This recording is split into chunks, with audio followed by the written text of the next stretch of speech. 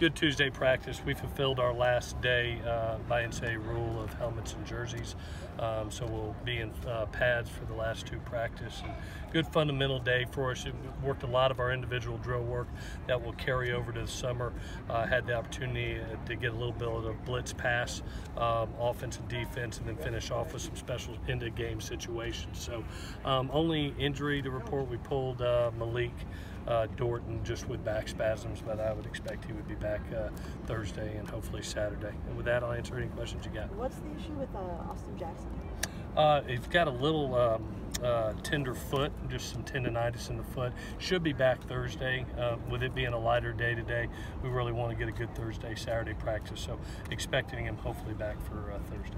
Where does kicker Michael Brown stand? He's coming along. Anytime that you have an ACL, it usually, this is really my first one dealing with one with a kicker. Usually it can range from anywhere from 9 months to a year until they feel right.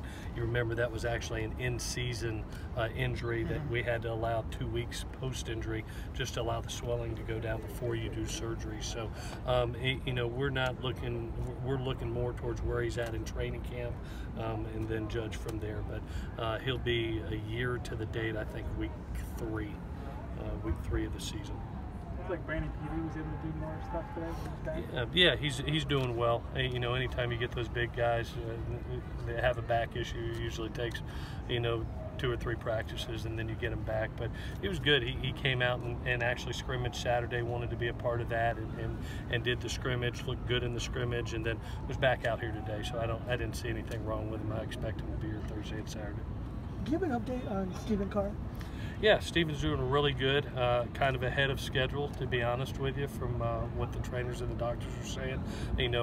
Long term he won't actually get into football until training camp, but he is walking right now. We're hoping to be able to get great change of direction by June.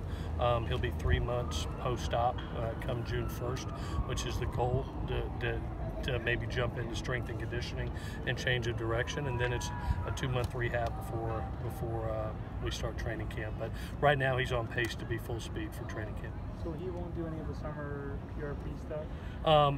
He will do whatever the doctors will allow him to do. It will be more change of direction things. He'll be more with the trainers. Obviously he'll be able to be with Ivan in strength and conditioning, but we'll be very protective of him until he's 100%, especially a skilled athlete with a back. Is that an issue you worry about kind of longer term at all? No, we went in and fixed the situation.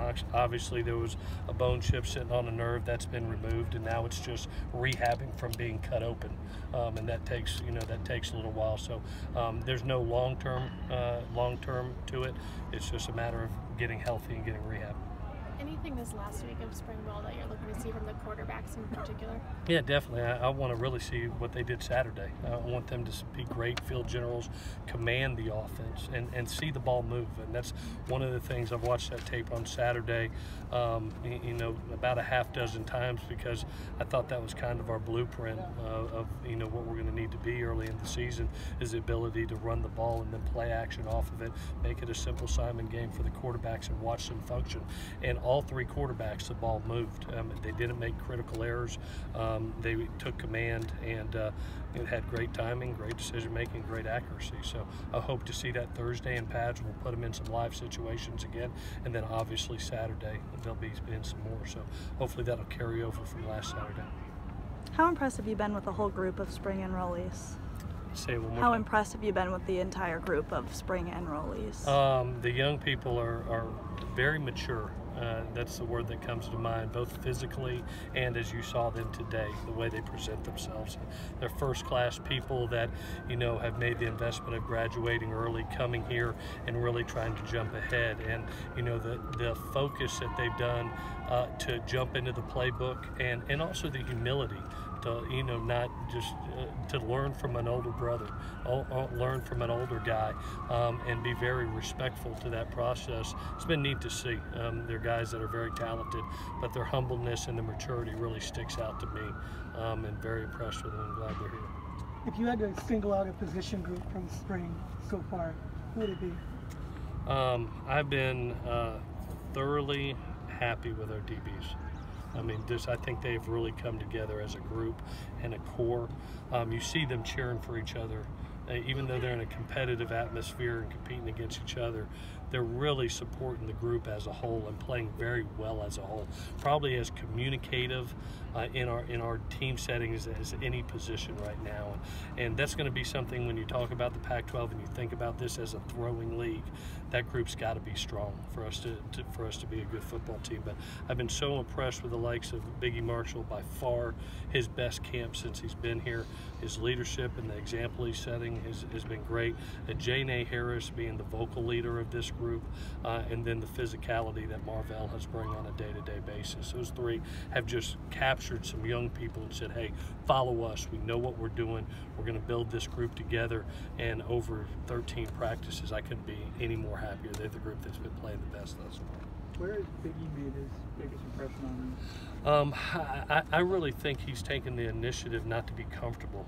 You know, I think sometimes, and we talked about it after his junior year, sometimes as a junior when there's not a lot behind you pushing you, you get comfortable. And you got to remember you're competing against being the best corner in college football. Not necessarily your football team all the time, but you're trying to be the best you can possibly be. And that's what he's doing. He's challenging himself on a day-to-day basis. It's a very shut-up-and-work mentality, a blue-collar mentality. And I have not seen the guy take one rep off and not been lazy in one rep. Almost had a huge pick today, and you could see it coming. I mean, as soon as the ball was snapped, I was like, oh gosh, this is a pick. And to see what he's done body-wise, you see how much trimmer he is, how much lighter he is. He's really moving well. Very, very proud of him.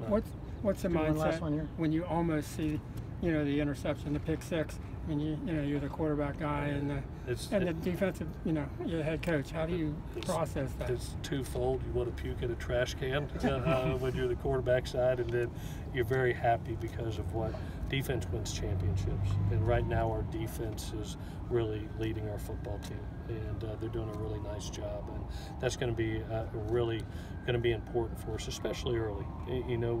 With a younger quarterback, you're going to have to lean on those defense, and they may have to get us out of some tough situations. I really think offensively we'll be fine. There'll be some growing pains, and we'll get better with each and every game. But early in that season, when you're talking about playing a UNLV and going on the road to Stanford and Texas, that defense is going to have to lead the way, and they really have done this spring. I've been proud of them. All righty, guys. Thank you. See you Thursday.